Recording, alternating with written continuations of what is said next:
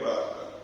तो शायद जो मेरे से छोटे या मेरे हम उम्र हैं वो इस बात को समझ पाएंगे कि नौकरी से पहले का जो फेज होता है आप मेरे से ज्यादा रिलेट कर पाएंगे।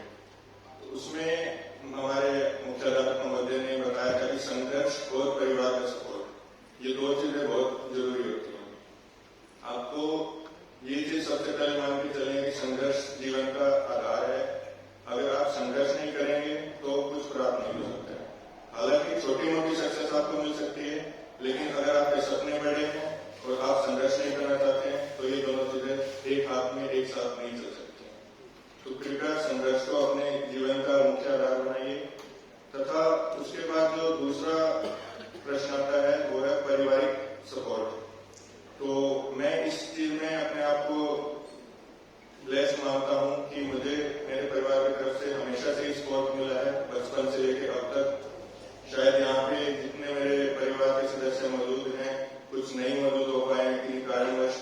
मेरे ताऊ जी हैं श्री कृष्ण तथा मेरे ताऊ जी श्री आजाद, मेरे दोनों भाई हैं शुभम एवं ललित, जो यहाँ पे मौजूद है। मैं इनका धन्यवाद करता हूँ कि इन्होंने मुझे शुरू से लेकर आखिर तक सपोर्ट किया है तथा आज भी जो यहाँ पे उपस्थित हैं ये भी मेरे लिए सपोर्ट की तरह ही है।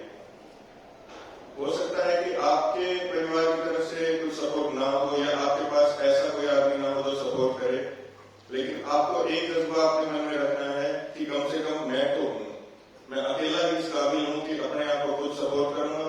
जो मेरे मन में आएगा वो मैं पूरी निष्ठा से उसके प्रति लगन से कार्य करता रहूंगा।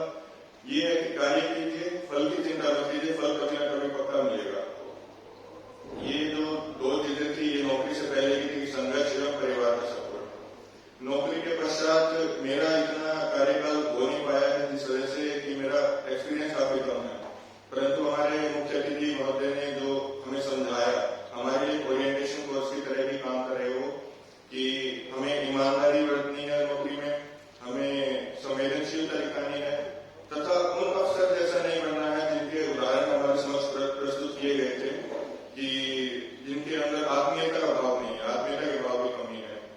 इस वजह से मेरी तरफ से जो मैं आज तक 9 महीने के अपने नौकरी कार्यकाल में सीख पाया हूँ, आयकर विभाग में मैं नियुक्त हूँ। तो उस विभाग से देखा जाए तो सब ये भी समझते हैं कि डरते हैं आयकर विभाग, परंतु मैं अपने कार्यकाल में इस चीज का कंफर्म कर पाया हूँ कि मैंने हमेशा ही आत्मीयता के भाव से अपनी नौकरी की है तथा यदि मेरे पास कोई मिलने आया है उसको मैंने अच्छे ढंग से बैठा के उनकी प्रॉब्लम का निवारण किया है तथा आगे भी मुख्य अतिथिगण के मार्गदर्शन से हम काम करते रहेंगे समाज सुधार की तरफ। और यही मन में रहेगा कि हमेशा आप सभी को जो भी कष्ट होंगे, जो भी दिक्कत होंगी, उनका निवारण करें तथा इसके बाद मैं अपनी वाणी को विराम देते हुए आप सभी को नमस्कार बोलना चाहूंगा।